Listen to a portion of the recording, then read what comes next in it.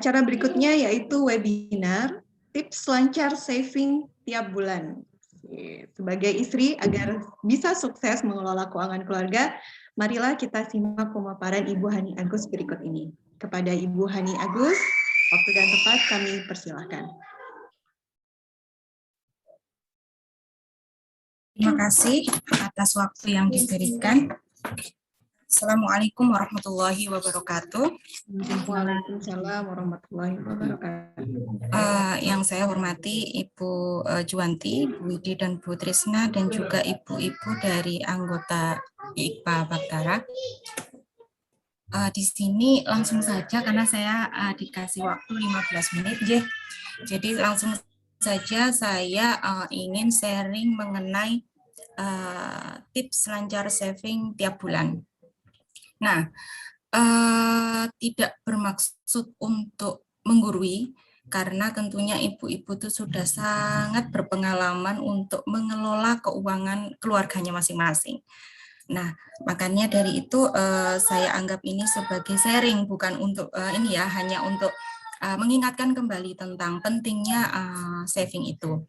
Nah, hal yang ingin saya bahas pertama adalah next, Mbak.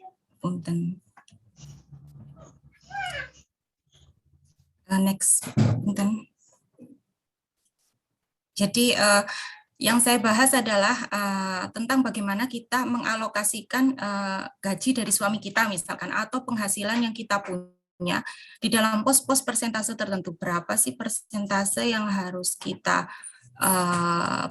buat di situ.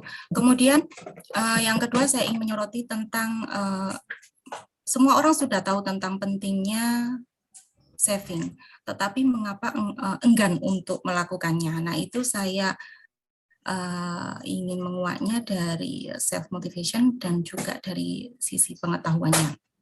Kemudian tips dan juga bagaimana sih pandangan saving dalam pandangan Islam. Nah, saya ingin menguak juga tentang itu. Kemudian next, Mbak. Nah, fungsi daripada menabung, kita sudah tahu bersama bahwa menabung itu bukan untuk kaya, tetapi untuk memenuhi atau mengatasi keperluan-keperluan yang mendesak. Nah, jangan menabung apa yang tersisa, tapi habiskan apa yang tersisa setelah menabungnya. Maksudnya bagaimana ini? Nah, ketika kita itu memiliki gaji di awal bulan, nah alangkah baiknya kita itu mengalokasikan langsung kepada pos tabungan. Kenapa demikian? Karena ketika kita mengalokasikan di akhir waktu, maka akan sulit bagi kita untuk bisa benar-benar menyisihkan uang itu. Karena apa? Kebutuhan kita tidak terbatas. Kemudian juga diselingi dengan, dipoles dengan yang namanya gaya hidup kita, keinginan kita, kemudian juga lingkungan sosial kita di mana kita tinggal, gadget dan sebagainya, kondisi pandemi yang semacam ini yang membuat kita sering lihat Shopee dan sebagainya, itu akan semakin menyulitkan kita untuk bisa menabung ketika kita mengalokasikan uang tabungan kita di akhir bulan. Jadi artinya ada gaji, kita buat makan-makan dulu gitu ya, nanti terakhir-terakhir baru kita tabungkan. Nah, itu adalah suatu hal yang kurang benar begitu. Maka dikatakan jangan menabung apa yang tersisa dari apa yang kita keluarkan setiap harinya, tapi habiskan apa yang tersisa setelah kita menabungnya. Jadi di awal ketika kita ini baru kita mengalokasikan untuk kegiatan sehari-hari. Sebentar. Anak-anak keluar masuk saja. Punten, Bu.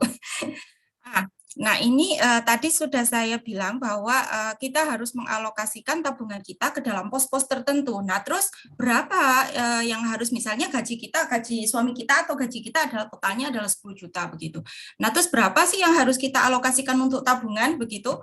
Nah, Lah, menurut para ahli dan praktisi bisnis dari beberapa artikel yang sudah saya baca, rata-rata mereka sepakat bahwa 20% dari gaji yang kita punya ketika kita menyisihkan untuk tabungan itu adalah hal yang wajar untuk dilakukan.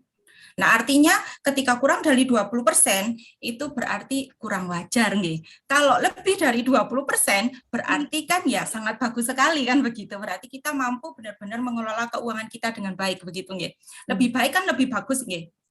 Nah, begitu jadinya 20% itu adalah hal yang wajar. Kalau saya analogikan tadi adalah 10 juta, maka ambillah langsung ketika setelah Anda gajian, setelah kita gajian langsung dialokasikan 20 juta untuk langsung ke pos tabungan. Nah, seperti itu. Berarti sisa 80 juta. Nah, terus bagaimana kita mengalokasikan 80 juta ini? Nah, karena kita orang Islam tentunya kita ada dana sosial lah. Ada zakat, infak, sodako, kemudian untuk membantu keluarga kita, dan juga ini misalkan kita alokasikan 10%.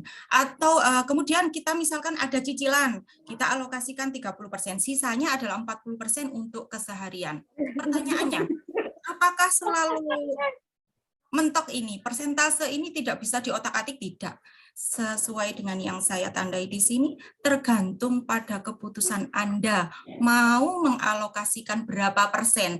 Tapi yang saya kasih warna merah di sini tabungan dan investasi 20% itu adalah hal yang wajar menurut beberapa ahli. Nah, seperti itu. Jadi untuk pos-pos yang lain situasional tergantung jenengan, tergantung kita-kita sendiri bagaimana mengelolanya.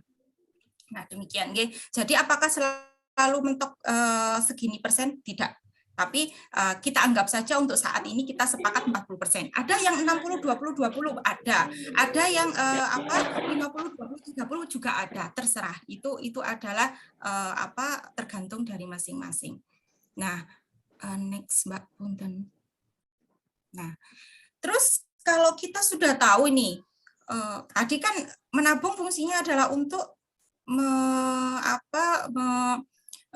untuk kegiatan-kegiatan atau untuk hal-hal yang mendesak, kita bisa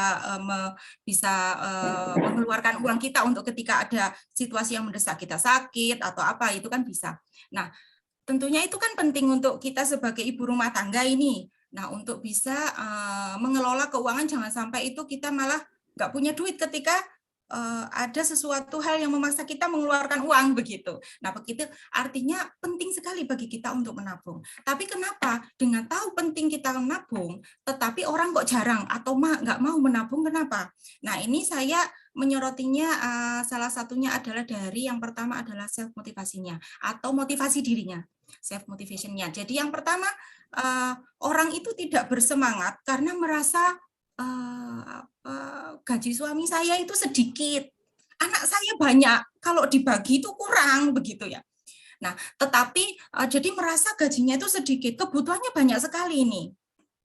Nah, kebutuhannya sangat banyak sehingga ketika ini susah untuk bisa menabung, itu susah. Nah, padahal ketika gaji suami kita naik, ternyata uangnya juga habis juga kan. Nah, pertanyaannya yang menjadi pertanyaan, apakah memang gaji suami kita yang sedikit atau kita sendiri sebagai istri yang tidak mampu mengatur atau mengelola keuangannya?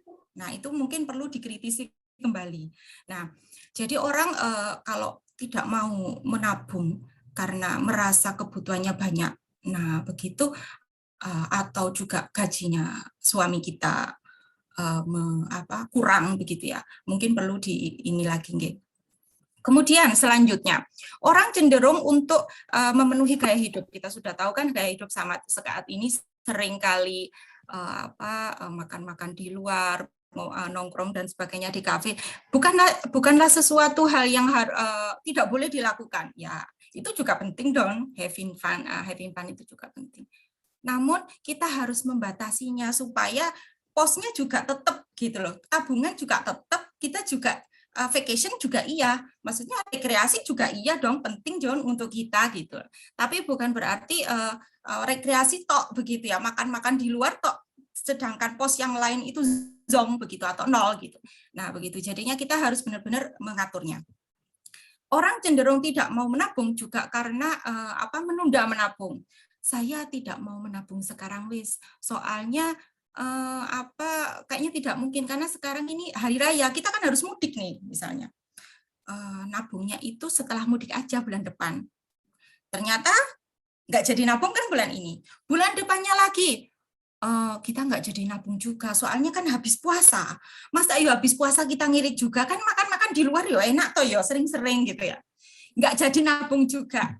Kemudian bulan kedepannya bulan kedepannya ternyata Idul Adha. Kan kalau Idul Fitri beli baju. Lah kalau Idul Adha mau kena dong, semua mau kena sarung, itu peralatan untuk sholat, begitu upgrade, kenapa segala macam. Nah, artinya kemudian bisa ada banyak sekali alasan yang bisa membuat kita membenarkan tindakan kita untuk tidak menabung itu banyak.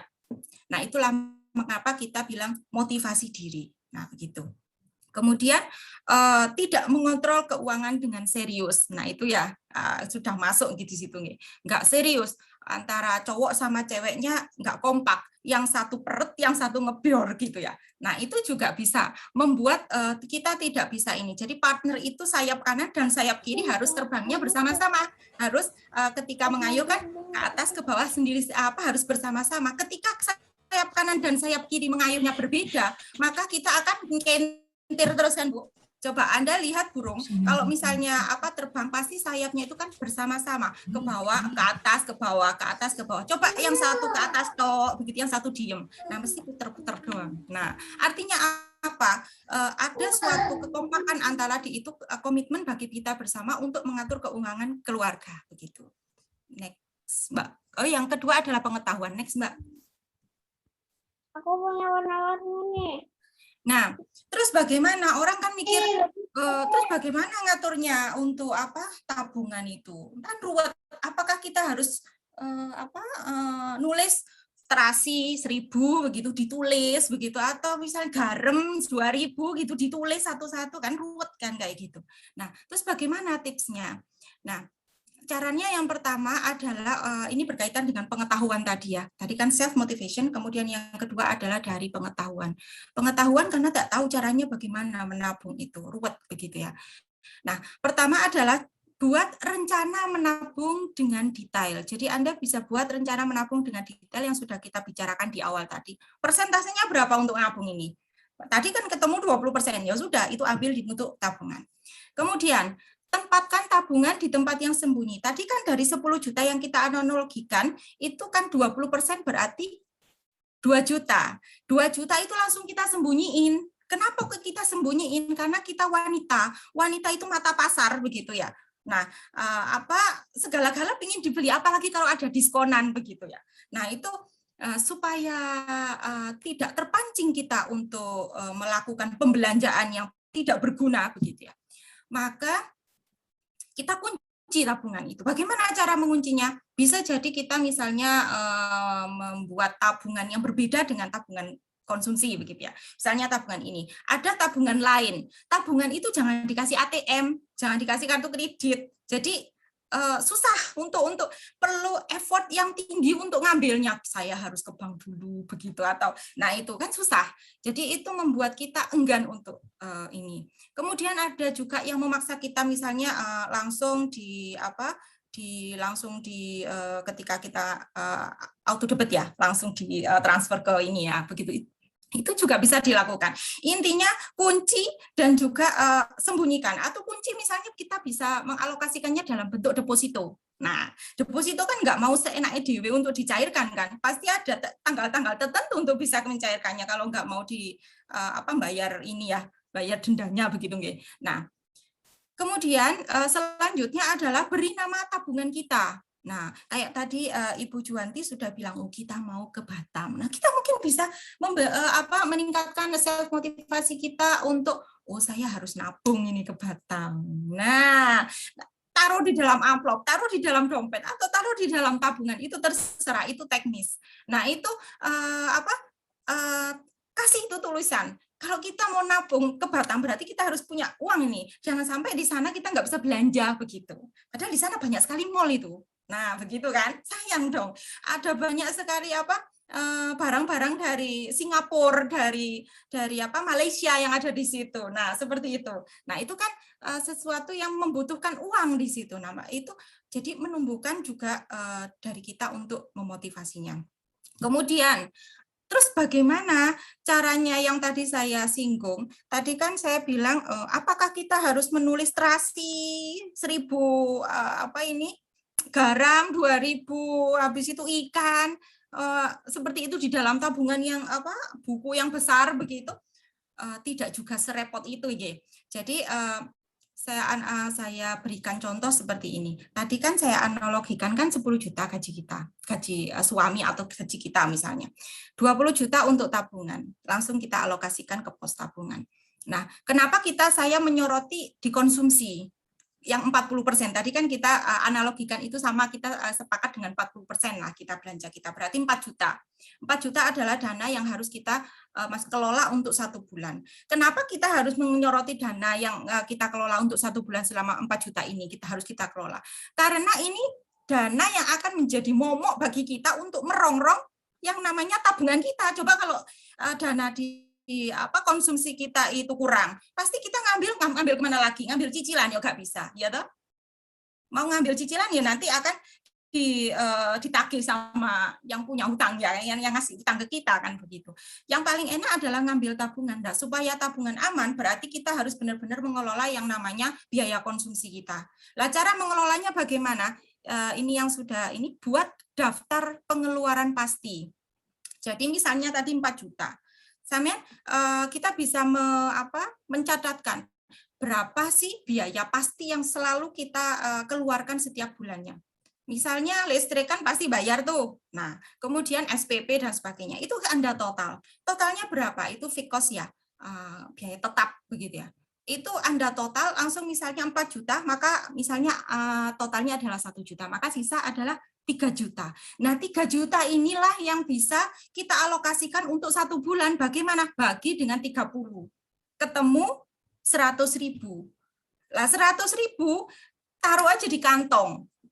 Nanti nggak usah dilihat-lihat di kantong. Maunya kalau mau beli apa, mau beli terasi, mau beli ini, mau beli itu, uang yang ada di kantong 100.000.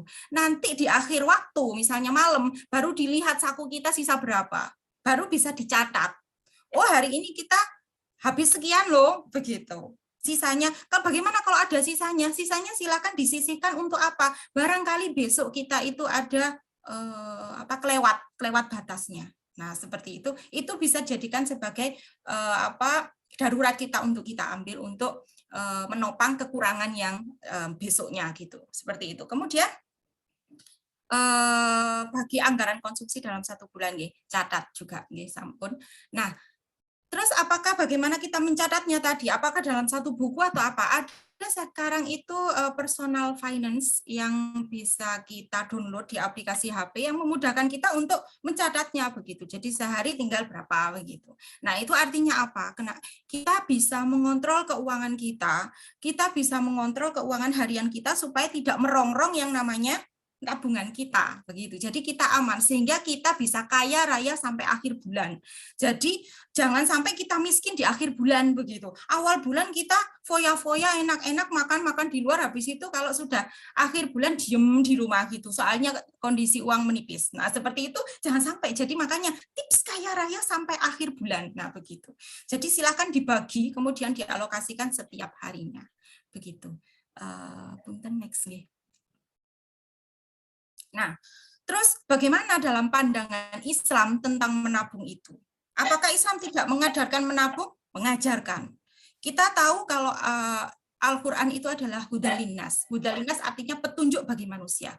Petunjuk bagi manusia untuk apa? Biar fid dunya hasanah wa fil akhirati hasanah. Artinya apa? Mendapatkan kebahagiaan hidup di dunia dan mendapatkan kebahagiaan hidup di akhirat nanti. Supaya Anda bahagia di dunia, supaya Anda bahagia di akhirat nanti, maka ikutilah tuntunan ini. Nah, seperti itu. Allah memberikan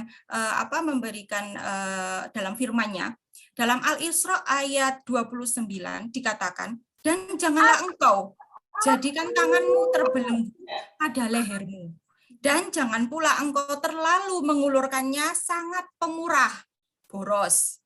nanti kamu menjadi tercela dan menyesal. Artinya Allah tidak menyukai orang yang gemar menghambur-hamburkan hartanya. Jadi bukan berarti saya misalkan, saya kerja, saya dapat uang, suami saya kerja, suami juga dapat uang, gaji double dong. Boleh dong kita hambur-hamburkan, tidak seperti itu. Jadi bukan Islam tidak mengajarkan kita demikian. Nah, jadi tidak menyukai yang gemar menghambur-hamburkan hartanya tanpa ada kegunaan yang jelas.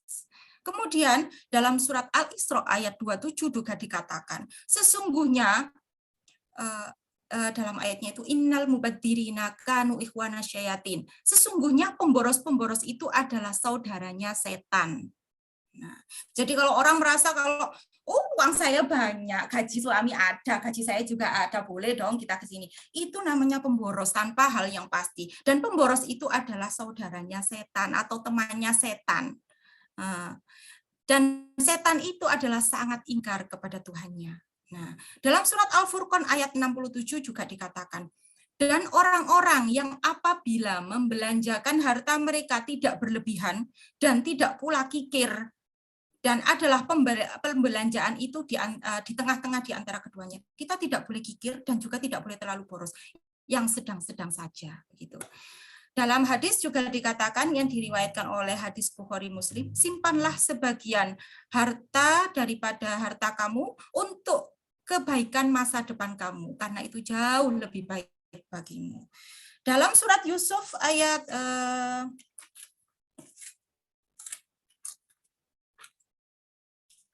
dalam surat Yusuf ayat 43 sampai 49. Nah, ini sebenarnya kisah ya, yang bisa kisah dalam Nabi Yusuf yang bisa kita ambil hikmahnya, yang mengajarkan kita disuruh untuk juga menabung. Saya mungkin simpulkan saja begitu nggih. Jadi pada waktu itu Nabi Yusuf dipenjara karena dituduh ingin memperkosa Zulaikha. Zulaikha itu adalah istri dari Al-Aziz. Nah, Raja Al-Aziz. Nah, ketika itu sehingga Nabi Yusuf itu dipenjarakan. Nah, ketika dipenjara dia dalam satu selnya itu ada dengan 2 orang temannya, begitu ya. Dia kenal dengan dia kedua orang itu mengenal Nabi Yusuf itu sebagai pribadi yang pintar, pribadi yang mampu mentakwilkan mimpi. Nabi Yusuf biasa mengatakan kepada temannya itu bahwa apa makanan yang akan dihidangkan hari itu sudah dikasih tahu dulu. Dan ternyata itu benar. Nah, ketika salah satu di antara mereka itu keluar dan menjadi orang yang dekat dengan Al-Aziz tadi. Nah, Al-Aziz pada waktu itu bermimpi bahwa mimpinya adalah, saya bacakan mimpinya. Sesungguhnya aku bermimpi melihat 7 ekor sapi betina yang gemuk dimakan oleh 7 ekor sapi betina yang kurus, dan 7 bulir gandum yang hijau, dan 7 bulir lainnya yang kering.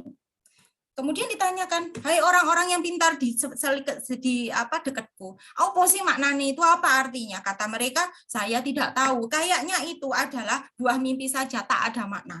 Nah, kemudian si orang yang dekat dengan yang dikeluarkan yang dari penjara tadi bilang, saya tahu orang yang pintar yang bisa mentakwilkan mimpi. Maka datanglah dia kepada Nabi Yusuf. Kemudian dikatakan, Yusuf berkata, supaya kamu bertanam, artinya daripada mimpi itu, supaya kamu bertanam 7 tahun lamanya.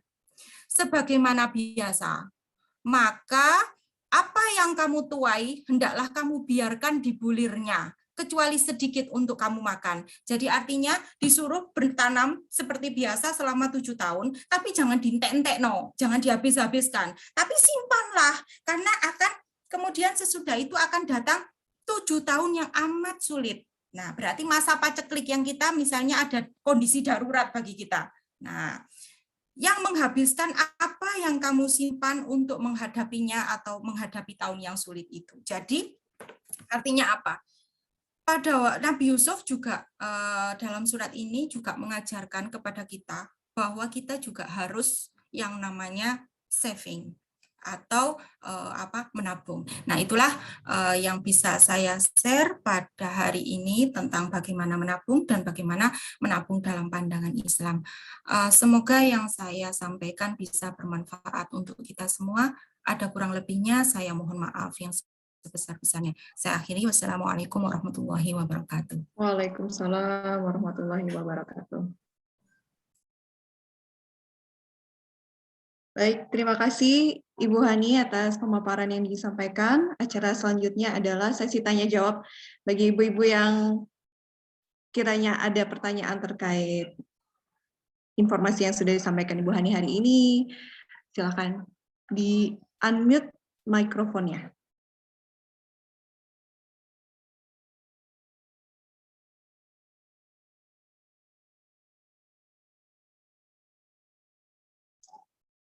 Oke, belum ada yang mau bertanya ya. Kalau gitu saya yang nanya dulu ya. Mau tanya mau tanya ya. Saya Baik.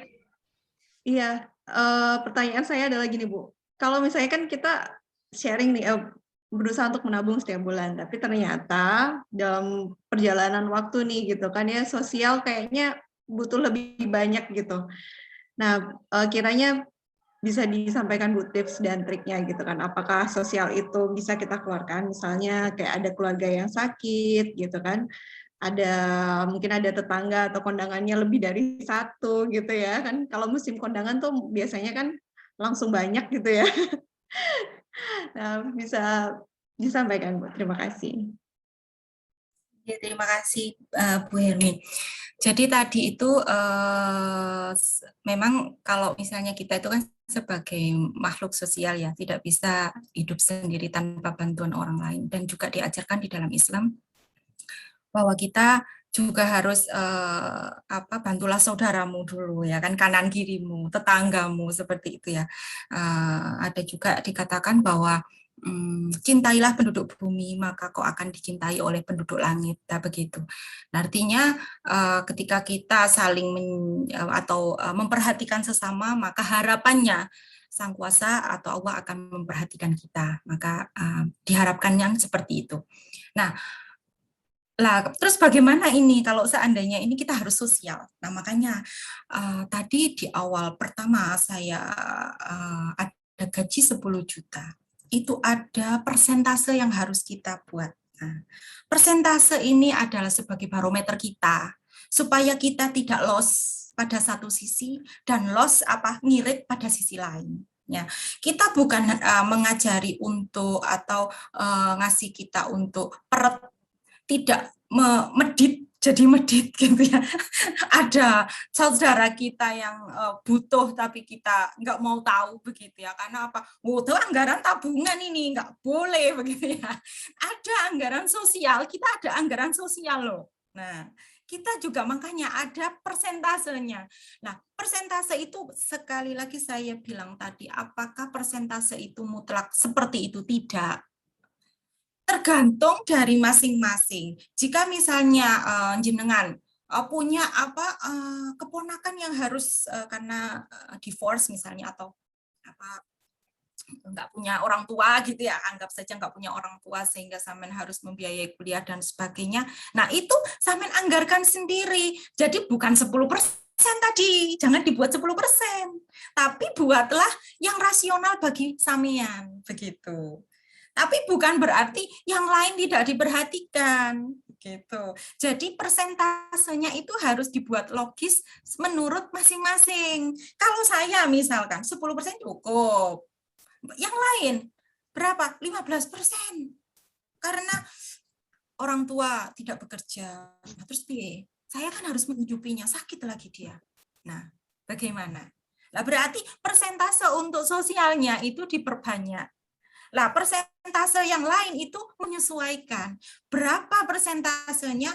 Ya, jenengan sendiri yang tahu sesuai dengan ini. Makanya tadi harus dibuat persentasenya berapa. Tapi kalau yang saya tadi warna merah itu kan tabungan itu yang wajarnya adalah 20%. Kalau kita berusaha untuk bisa 20% begitu ya. Kalau berkurang berusaha untuk tidak, tapi kalau bisa lebih. Nah, begitu, Mbak Hermin. Siap Bu, terima kasih. Berarti sebenarnya tuh prosentasenya tidak mutlak ya, tapi kita sesuaikan sesuai dengan kebutuhan masing-masing gitu ya Bu ya. Tapi kalau bisa tabungan itu 20% gitu ya. Wajar. Kalau kurang berarti, kan kalau dikatakan wajar, kalau kurang berarti kan kurang wajar nih. Itu kata para ahli. Itu dari beberapa artikel. Jelaskan seperti. Baik. Pertanyaan saya yang kedua, Bu.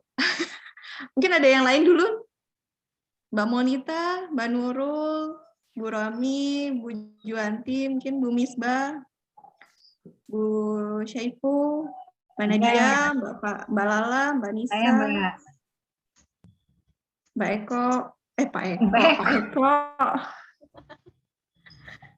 Ya Mbak Hermin, saya mau tanya. Oh silakan Bu.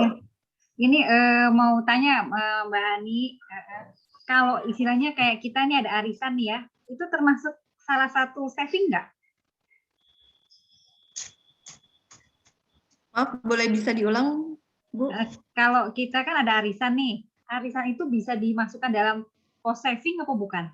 Ya, silakan. Monggo Bu, Bu Hani menjawab. Apakah arisan itu bisa masuk ke saving? Ya tergantung jenengan. Kalau setelah dapat arisan sampean belanjain ya berarti bukan saving begitu ya. Tapi kalau sampai sementara ya di awal begitu ya. Oh ini adalah saving begitu ya. Nanti kalau dapat masuk ke post saving, jadi saving dia. Nah, jadi kalau misalnya saya memang kalau di kelihatannya kan arisan itu saving ya, saving. Tapi endingnya kalau misalnya aku dapat arisan, yuk makan-makan bareng-bareng bersama. Atau misalnya nanti kita beli baju semuanya. Jadi artinya alokasi dari dapat arisan kan bukan ke saving, bukan menambah saving kita, tetapi untuk celebration gitu kan, untuk perayaan, untuk beli baju, nah seperti itu. Jadi kalau sebenarnya di awal itu kan memang logikanya kan harusnya masuk saving, tapi sekali lagi ngelihatnya itu di endingnya kita memang benar membuat dia menjadi benar-benar menjadi saving atau menjadi konsumsi kayak begitu. Aten Bu Trisna. Jadi berarti kalau misalnya semu ya, dalam saving semu. poe Bu itu Bu. kayak saving tapi tergantung. Ya. Tapi tergantung ya Bung. Kalau dia punya self motivation yang tinggi, saya bilang tadi, memang sudah diniatkan di awal saya saving ini untuk ini. Kemudian saya dapat arisan, kemudian langsung masuk ke rekening saving dia. Saving atau bukan, itu kan tergantung itunya, nantinya kemana larinya ini. Kalau larinya itu bukan ke post saving, berarti kan bukan saving. Kalau larinya ke mana, ke baju, kalau larinya ke apa itu kita mau beli sepatu, upgrade tas, begitu ya, jadi beda. Ya, makasih ya Mbak Ani. Ya, makasih. Monggo yang lain. Silakan Ibu monggo. Nggak usah malu-malu. Mungkin ada Bu Mega, Mbak Sylvia, Mbak Ayu, Mbak Andika. Mungkin ada yang lain? Ini sekalian konsultasi gratis ya Bu Hani. Iya. Kalau udah lain lagi itu ada tarif sendiri ya. Tarif konsultasi ya. Nanti ada tarifnya ya Bu ya kalau iya, jadi sekarang aja kalau mau tanya, monggo. Masih gratis silakan. Ya, konsultasi finance gratis. Ini Bu Trisna nyindir ini. Enggak, tadi saya mau buat undangannya itu beserta gelar, tapi saya mikir kalau gelar dipakai berarti saya harus bayar kan, gitu loh. Jadi enggak saya tanya gelarnya apa. Tuh, mungkin perlu saya ini ya. Jadi tujuan pekerjaan utama saya itu adalah ibu rumah tangga Ibu. Tapi kalau pekerjaan tambahannya itu adalah ngajarin anaknya orang begitu. Tapi kalau ibu rumah tangga sayanya, makanya di PPT saya juga ini begitu. Saya ya monggo yang lainnya monggo. Ya, Mungkin saya tanya lagi, Bu. Kok banyak ya jadinya. Monggo Bu Hermin, monggo. Monggo Bu Hermin. Jadi terkait ini, nah pada saat apa sih tabungan itu misalnya kita bisa gunakan? Pada saat apa tabungan itu digunakan? Oke.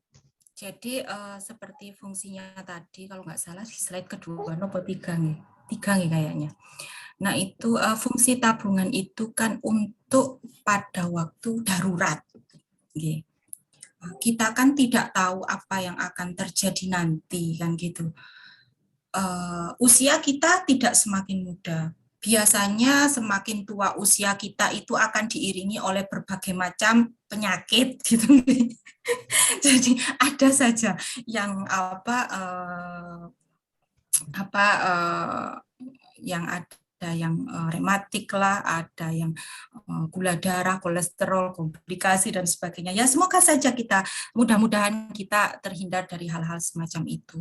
Tetapi ingat Allah kan senantiasa memberikan cobaan kepada manusia untuk mengetes di mana, mengecek tingkat keimanan kita itu sampai di mana. Nah, kita tidak tahu, kita kan tidak hanya dikasih sehat toh, enak banget dikasih sehat kemudian itu toh ya. Bahkan di yang sebelumnya cerita-cerita sebelumnya banyak sekali dikasih yang ini cobaan ini. Salah satu cobaan itu kan sakit juga kan gitu. Nah, sakit itu kan tentunya juga butuh yang namanya dana begitu. Kemudian juga karena situasi juga bisa menjadikan kita tidak hanya karena sakit, situasi dan kondisi. Karena COVID-19 banyak sekali para pekerja yang harus keluar dari pekerjaannya, begitu kan ya. Nah, dari ketika seperti itu, ketika dia punya tabungan, dia kan bisa menjadikan modal usaha buat dia. Tabungan itu kan ada, bisa jadi tabungan pasif dan tabungan aktif. Tabungan pasif berarti yang diem di tabungan, di fresh money berupa liquid, artinya suatu waktu bisa diambil begitu. Tapi kalau tabungan yang aktif itu kan bisa dalam bentuk kita investasikan begitu. Misalnya kita belikan rumahnya kita koskan begitu. Nah, nanti kan ini manak sendiri ya tabungan itu ya, jadinya beranak pinak. Kenapa? Dari uang kos kita dapat, kemudian ketika dijual pun juga tidak akan jatuh. Nah, seperti itu. Jadi artinya fungsi daripada tabungan itu adalah untuk sebagai untuk kita kondisi yang mendesak. Tadi juga sudah saya ini kan dalam surat Yusuf itu, hendaklah kamu simpan tanaman kamu, hasil panen kamu simpan. Karena apa? Nanti ada paceklik. Karena orang itu kan namanya roda itu berputar, tidak hanya di atas terus. Nanti ketika turun ke bawah, ketika macam paceklik, kamu masih punya duit, kamu masih punya makan, bisa untuk menghidupi keluarga kamu. Kamu masih fi dunya hasanah begitu. Maksudnya itu senang, di dunia pun senang, nggak pusing karena nggak punya untuk makan dan seperti itu. Nah, makanya dipakai sebagai untuk jaga-jaga uang darurat. Nah, seperti itu. Yang saya bilang yang sudah dianukan juga pada surat Yusuf juga demikian. Ngaten Mbak Hermi.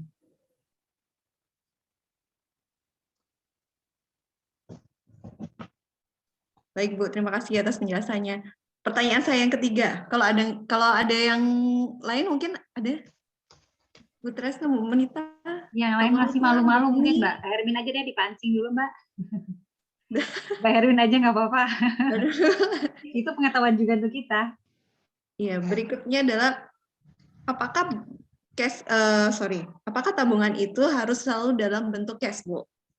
Atau boleh nggak kita misalnya tabungnya dalam bentuk emas atau kalau sekarang tuh anak milenial tuh saham loh Bu.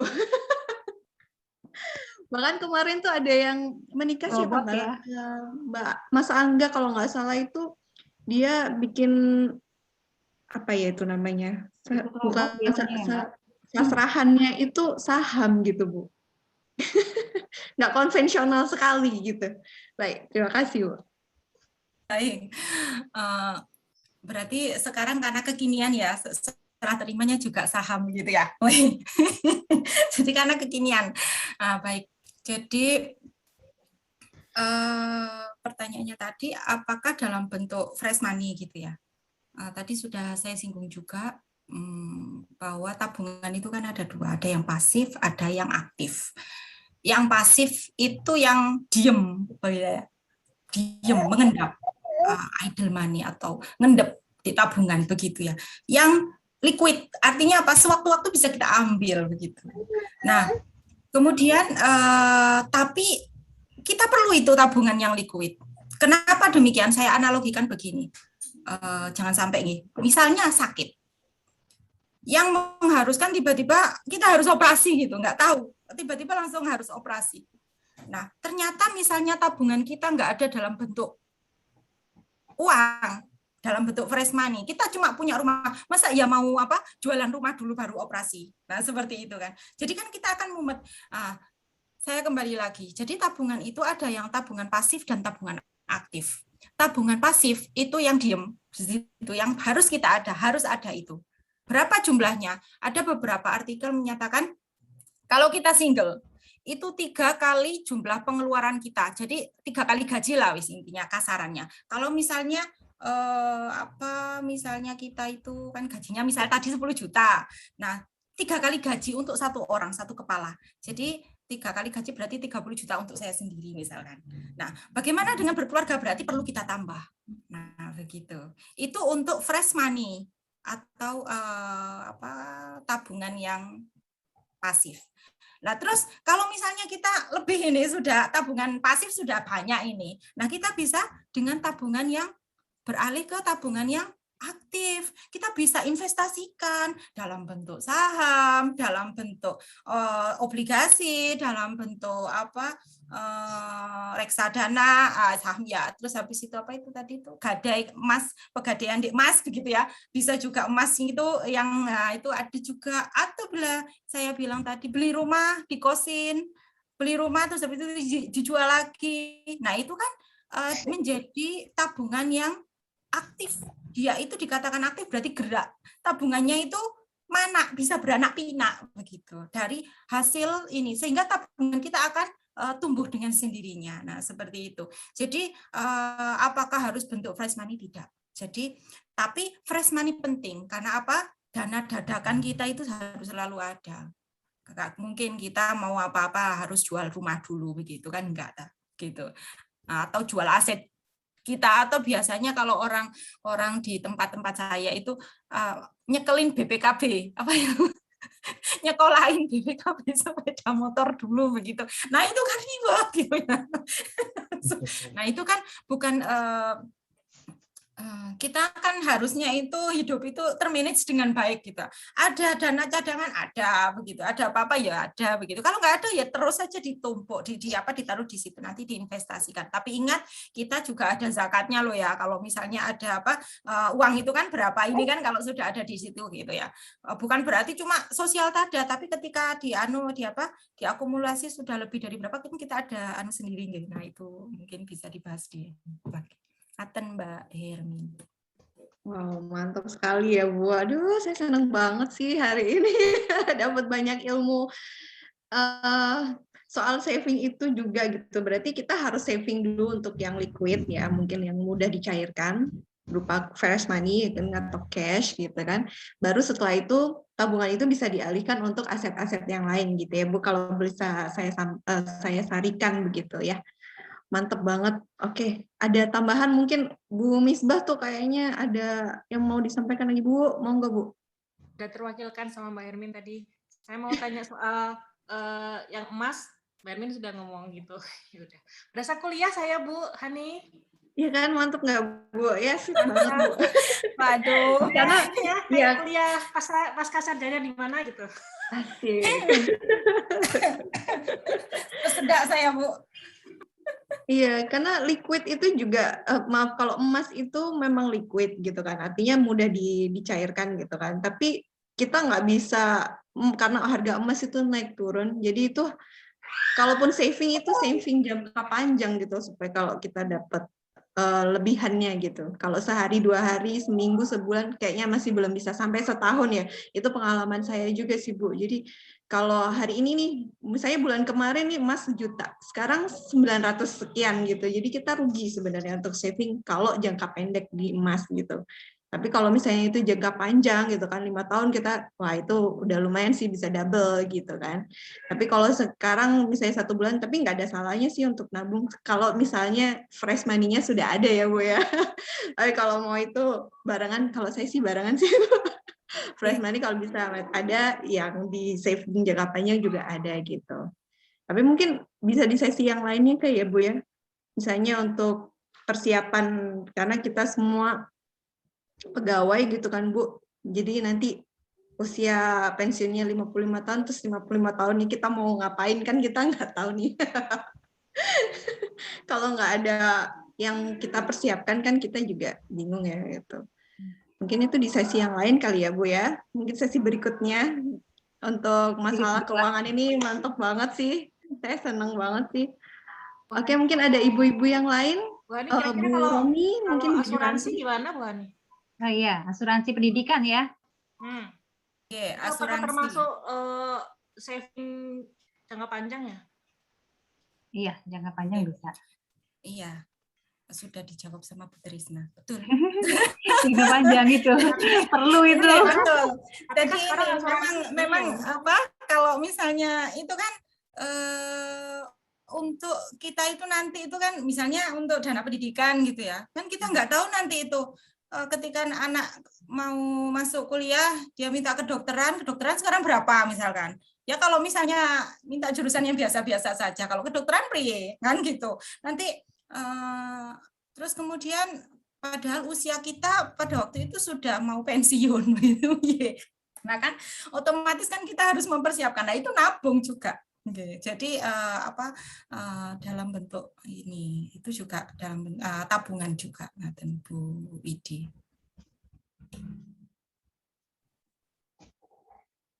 Karena asuransi itu biasanya ada ini ya Bu, ada seperti kayak potongannya ya.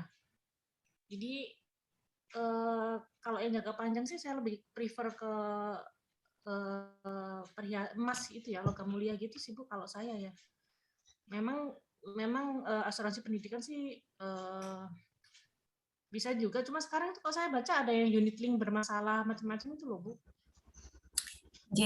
Jadi intinya itu kan asuransi itu kan memang kita sebagai proteksi kita nabung untuk bayar premi setiap bulannya kan.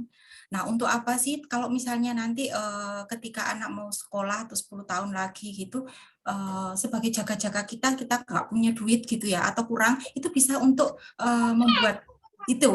Nah, tentunya semua jasa yang kita gunakan tentunya ya harus berduit. Lah kalau sama juga perbankan kan juga ada biayanya. Karena apa? Untuk gaji pegawainya itu pakai apa kalau kita nggak ada potongannya, ayo. Lah siapa yang mau nyadeti punya uangnya jenengan kalau zaman kasih gratisan atau cuma kasih terima kasih saja? Kan nggak mau, Bu. Jadi semuanya pasti berbayar gitu ya. Bisa pun berbayar. Meskipun sampean nabung di ini BTN juga wonten sing boten nggih Bu nggih, tapi kan ada ini ada biaya nopo mboten jenengan yang lebih tahu lah itu kan. Kalau itu enggak saya ini ya. Jadi karena apa? Biaya itu diperlukan untuk apa? Operasionalnya dia kan butuh kerja, pegawainya kan dibayar dengan uang begitu. Bukan dengan rasa terima kasih saja. Oh, terima kasih ya sudah ngatur uangku, tidak demikian. Jenengan mau masukkan ke asuransi, sama. Asuransi juga ada resiko, bank juga ada resiko, bank juga ada yang dilikuidasi. Kita nabung di bank ada yang dilikuidasi, entek uangnya nggak dapat itu kan sampai ada yang di media. Begitu juga dengan asuransi. Asuransi juga ada yang kemarin katanya yang harusnya diklaim tetapi ternyata nggak bisa dan sebagainya. Bisa juga orangnya sampai nangis-nangis di media. Nah itu adalah ya bisa saja terjadi. Nah, seperti itu. Tapi apakah kita berharap tidak ada biaya? Kayaknya tidak ada yang tidak biaya. Yang tidak biaya di sini itu cuma bernafas, Bu. Ke toilet aja bayar 2.000. Sekarang tak omongin kayak gitu, kalau temennya ada yang mau. Ya, kalau nggak salah ke toilet bayar 2.000. Malah kalau di toilet di Jakarta itu ada yang premium, Bu ya. Bayarnya 15.000. Mungkin Ibu ketua ini yang tahu. Toilet yang 15.000 apa 20.000 dulu. Jadi itu bayar begitulah. Lah apalagi kita menggunakan jasa mereka, jasa untuk asuransi ya pasti ada ininya sama, perbankan juga sama begitu. Jadi semua karena apa? Itu untuk biaya operasional dia gitu. Jadi, entah itu mau di ini atau apa, nah seperti itu, Ibu Widi. Oke. Terima kasih atas pertanyaan-pertanyaannya. Kayaknya waktu kita sudah cukup nih, Bu. Kayaknya kita akhiri saja ya sesi tanya jawabnya. Atau mungkin ada pertanyaan lain, mungkin bisa japri dulu. J, bagaimana Bu? Bu Agus? J, Bu, saya ngikut mawon. Saya lanjutkan ke sesi berikutnya ya Bu. Terima kasih banyak. Saya sarikan untuk sementara ini. Terima kasih atas partisipasinya Bu Tresna dan Bu Widi atas pertanyaannya tadi. Terima kasih banyak atas Ibu Hani Agus atas pemaparannya. Nah, yang pertama saya sarikan dulu untuk webinar kita hari ini, yaitu ada pernyataan Bu Hani yang sangat mengasihkan tadi ya. Saya sempat ini, jangan menabung apa yang tersisa, tapi menabunglah dulu dan habiskan yang tersisa setelah menabung. Nah, itu mantap banget tuh ya. Dan dalam hal ini kita ada tuntunannya karena kita semua mayoritas agama Islam, ada di beberapa surah ya Bu ya. Ada di Al-Isra, ada di Al-Furqan, kemudian hadis juga pernah menyatakan tentang menabung, kemudian dari surat Yusuf juga. Terima kasih atas pemaparannya Ibu Hani, terima kasih atas partisipasinya.